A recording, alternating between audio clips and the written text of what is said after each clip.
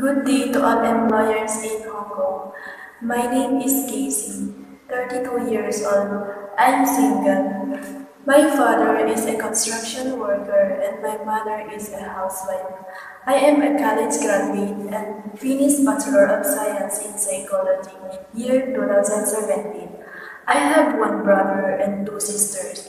I have a work experience as domestic helper in the Philippines for 2 years. I serve three members of the family, a husband and wife, one child ages 8 years old. I manage all around household chores such as cooking, ironing, cleaning, and laundry.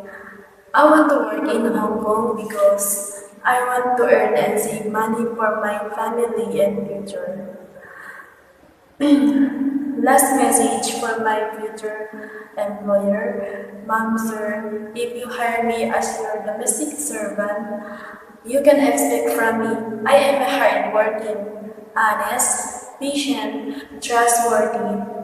I promise to follow all your household rules.